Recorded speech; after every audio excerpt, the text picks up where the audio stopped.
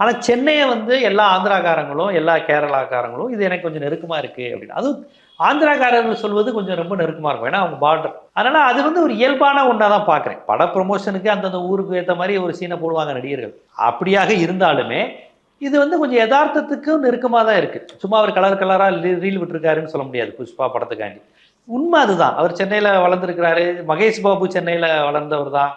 பல தெலுங்கு நடிகர்கள் வந்து ஸ்கூல் காலேஜெலாம் இங்கே சென்னையில் பண்ணவங்கனால அவங்களுக்கு சென்னையோட ரொம்ப நெருக்கம் இருக்கும். இப்போ வேற ஒன்றும் இல்லை, தென்னிந்திய நடிகர்கள் சங்கம் தாங்க இருக்குது, தமிழ்நாடு நடிகர் சங்கம் இல்லை. ஏன்னா சவுத் இந்தியன் ஒரு காலத்தில் அப்படி சேர்ந்து தானே இருந்தாங்க. ஆனால் ஆந்திரா போங்க, ஆந்திரா நடிகர் சங்கம் தனியாக இருக்கும். ஏன்னா அவன் சவுத் இந்தியனா இல்லை, அவன் தனியாக மொழியாக பிரிஞ்சு ஆந்திரான்னு வச்சுக்கிட்டான். இங்கே எல்லாத்துக்கும் ஹெட் குவார்ட்டர்ஸ் மாதிரி சென்னை இருந்தது. அரசியலுக்கு, சினிமாவுக்கு எல்லாத்துக்கும் இருந்ததுனால அந்த ஆந்திரா நடிகர்கள் இங்கே வரும்போது இதுவும் எங்கள் ஊர் மாதிரி இருக்குன்னு சொல்கிறது ஒரு இயல்பான விஷயம் தான்.